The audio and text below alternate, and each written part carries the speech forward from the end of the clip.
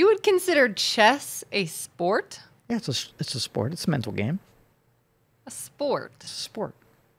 Two people of certain acumen going at each other, and there is a winner at the end. That's a sport. Is poker a sport? Yeah.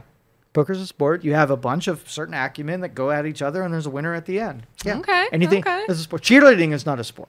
That was going to be my next question. Cheerleading is not a sport.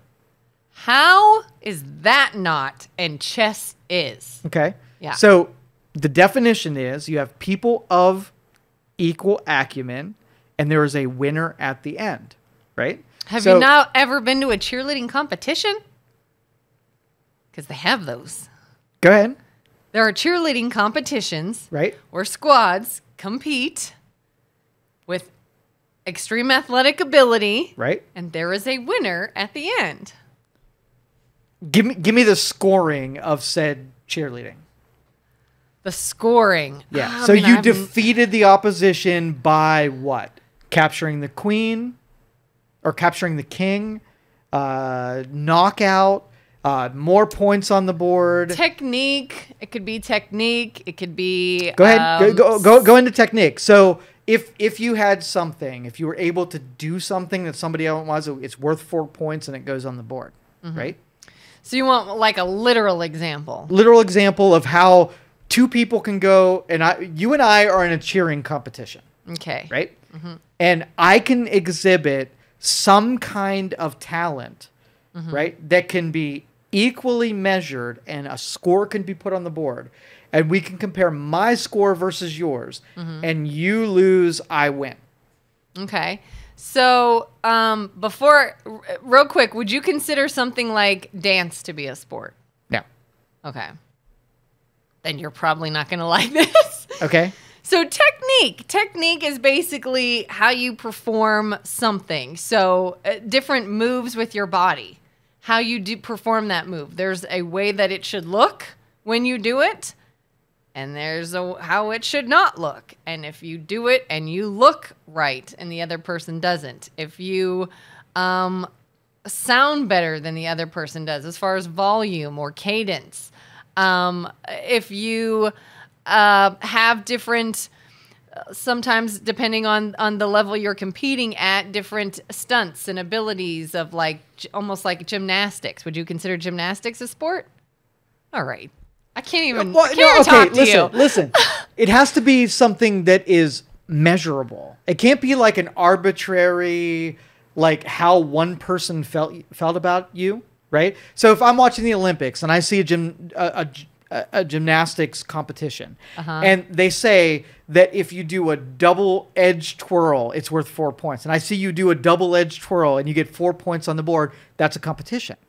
If it comes down to someone like who understands an arbitrary sport that nobody else does, and that person gives a rating, and you're like, oh, I trust that person absolutely won. Then, okay, so you're just saying it's the difference between a competition and a sport. There's something that's measurable that I don't have to have faith in somebody who understands something that I don't understand to determine who wins.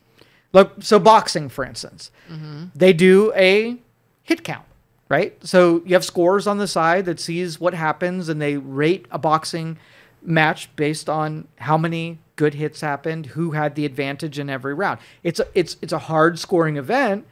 So they spread it over 3 different judges to find out who made most contact, who inflicted the most damage, and who is the winner. So if you have 2 people that just kind of go out for 9 rounds, and then it's hard to tell because nobody got knocked out. So we got to figure out who won based on something to measure. Not an arbitrary deal where somebody felt soy sauce and so they felt better at a certain person. Soy sauce. I don't understand how soy sauce got... Okay. Yeah, it's feel good. It's emotions rather than something that can be measured. Good pushback. I could see some pushback in your eyes, so pushback. To be honest, I have never scored a cheerleading competition. I've been involved in them, but this was eons ago. So I don't know if I see a huge difference in, like you said, scoring like a boxing match, which you would consider to be a sport, and scoring a cheerleading competition, a dance competition, do you consider like figure skating a sport?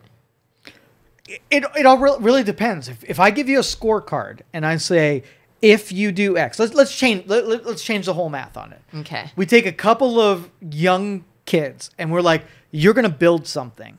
And if you build the hardest thing, you get 4 points. If you build the middle thing, you get 3 points. And if you build the easy thing, you get 1 point.